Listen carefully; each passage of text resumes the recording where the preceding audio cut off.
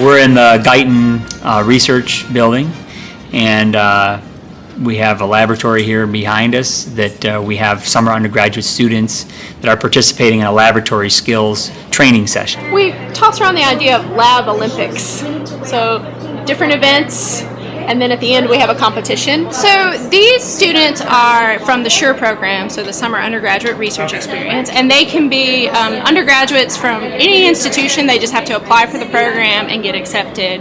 And so we just have undergrads from a variety of different schools, but a lot of them here from the state of Mississippi. I go to school in Maryland. I'm currently an undergraduate student at Ole Miss. Vanderbilt University. Millsaps College. I'm at the University of Mississippi.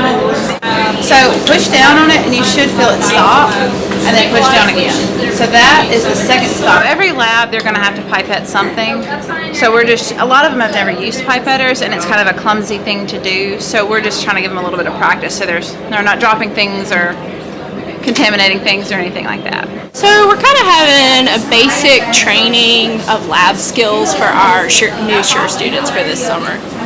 They get to get a little bit of background on pipetting, making different types of solutions you might make in the lab, learn how to use a pH meter. So just basic skills that they may have learned in school, but now it's time to put them into practical use. Are you learning stuff? No, I am. I've never done this before. I've never used these, so I'm learning how to pipette. So you're getting the hang of it?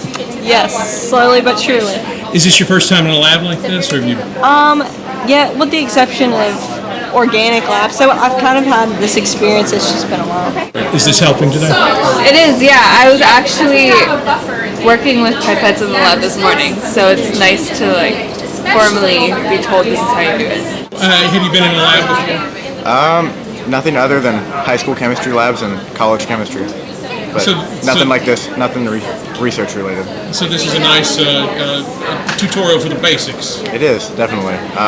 A good way to review kind of some stuff we've learned, make sure we have it, in control for the summer. I've actually had the opportunity to intern over here this past year, so I'm pretty familiar. So this is kind of a refresher course for you? Yes, definitely. A much needed one, I would say. So they are all placed into individual laboratories around the campus.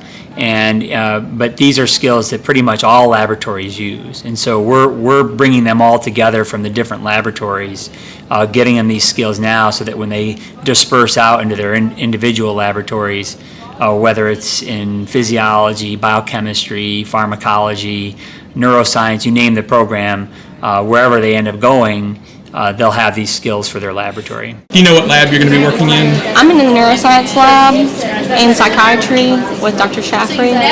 Dr. Lika Coolin's lab, and we're working on the effects of methamphetamine and sexual behavior on drug addiction. Dr. Rowlett, he does neuroscience research. He's looking at the effects of benzodiazepines. Dr. Grayson's, it's a neuroscience lab. I'm working with Dr. Kevin Friedman with various rat models of addiction. I'm in the neuroscience lab with Dr. Susan Warren and Dr. Mays. These are all undergraduate students, so they're all pursuing an undergraduate degree, typically in a science-related area. And the hope of this overall program really is to convince them that biomedical research is a great career path, and we hope that they'll eventually apply for and be accepted to our PhD programs here at the Medical Center. What's your undergraduate degree going to be? Biology, Bachelor of Science with emphasis in neuroscience and chemistry. So you're in the right room right now? Yes, sir. I think I want to be a pediatrician hopefully after med school. That's the dream, but definitely want to check out research and maybe get some of that under my belt and see where it leads me. Do you know what you want to do when you get out of school?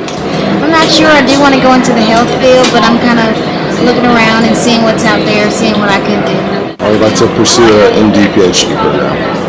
I work particularly in the area of cardiovascular and renal physiology and trying to understand mechanisms that cause hypertension. So we use a mouse model of lupus, so systemic lupus erythematosus, and we study hypertension in this model because hypertension is a serious problem in patients with lupus, and we kind of want to understand that. So that's the goal of our lab. I think this program's really, really nice for the SURE students to kind of have a basal level of their basic skills down. Wish you had a program like this when you... For sure. It's a really nice crash course in a way.